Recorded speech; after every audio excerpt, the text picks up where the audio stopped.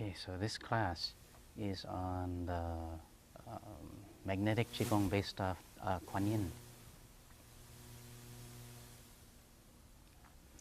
So in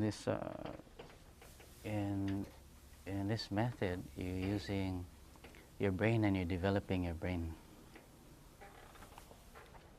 Your pituitary and your pineal, your frontal lobes, different sections of your brain as you go back. It works.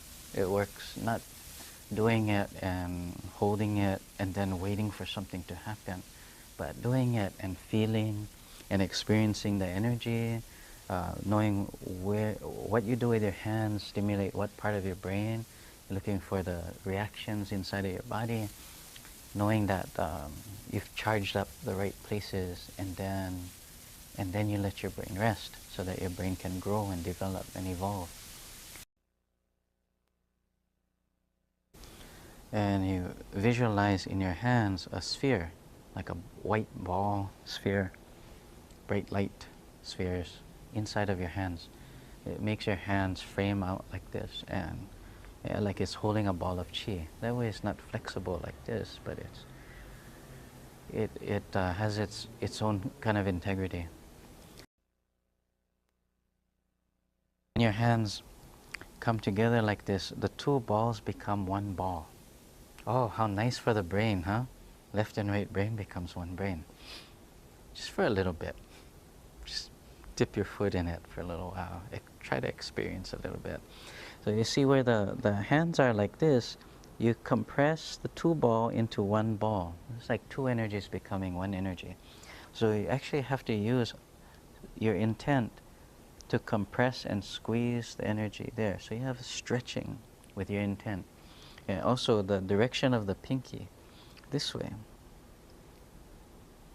So not so big that the hands rotate over each other and smear the energy, but very, like almost the centers of the palms just, you know how you have a magnetic, you get two magnets and you go like this, and you can feel the magnets pushing against each other?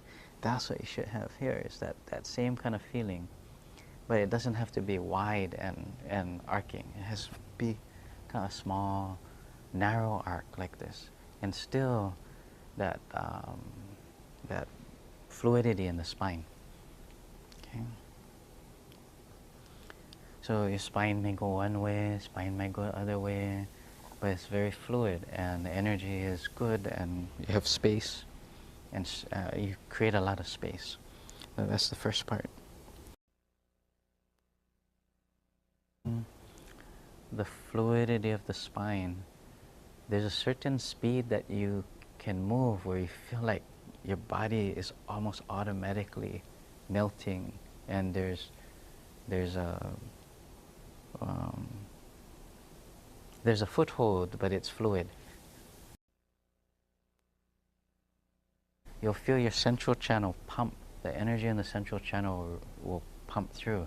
So, and you'll feel the sun and moon channels pump. So, Ida, Pingala, Shushuma. Those are the central channel and the sun and moon channel. Those are the most spiritual channels in the body. Okay. So you're creating a compressed, concentrated ball of energy with your breath, with your intent, at each other. And you'll feel something right in the front part of your brain start to stimulate.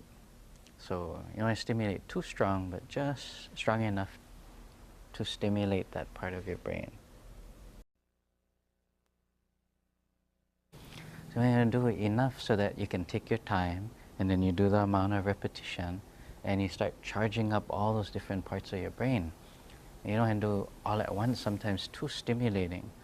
So you just go do a little bit, just enough to stimulate, because you know there's another round, and then you can go back and stimulate again. This is mind. So Kuan Yin works with the mind. Strengthens the mind, grounds the mind, develops the mind. The Kundalini that rises up this way feeds the mind.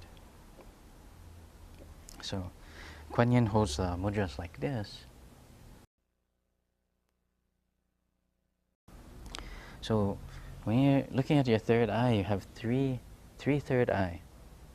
So you look in the Chinese language, you see all these different names for the third eye, like Yin Tang, and then there's another name, there's one more name, all kind of divine eye, Tian Mu, there's all kinds of different names, but there's 3 points here.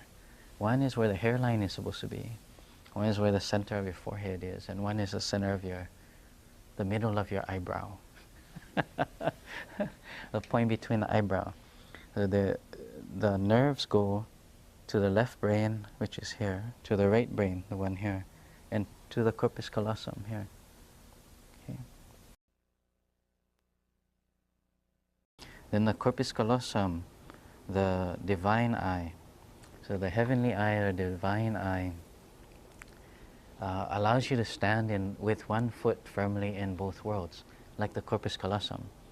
You know, what we think is a left and right brain, the corpus callosum says, oh, we're just all one brain, right? What do you mean left, right, you know? It's all connected.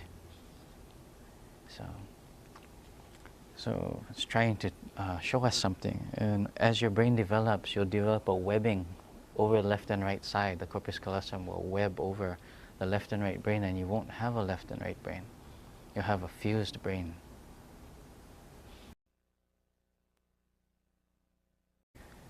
So then when you're done, you just, you do all the Taoist stuff that you normally do. You put your hands on your lower dantian, or you let everything fade from sight while still in motion, or you just sit and you just empty, let everything go empty without grabbing stuff and putting it away and whipping it down inside. You stop things suddenly with your mind, and energy stops suddenly in your mind. So you have to either let everything in motion just fade out slowly, or you just slowly go empty. It means your attention goes away from it but doesn't grab it and stop it. And or you just sit and you breathe and you ground yourself more, but the attention starts to center more. It brings your energy back. Kuan Yin is a mind work, but not mind work in like mind control, very manipulating. It has more to do with the spiritual aspects of the mind, the functional aspects of the mind, how the mind works. If it works better when everything's together, cohesive, or it's in conflict when everything works apart. If the mind is the commander of the body and the mind is in pieces, then you have a lot of commander. Right? You have internal conflict, or you have chaos. So trying to slowly, get it back into one piece or in one functioning thing is relieves so much stress that, the world that we try to run away from is actually it's being constructed inside of your mind, and you have one piece, then one piece is very it's very peaceful.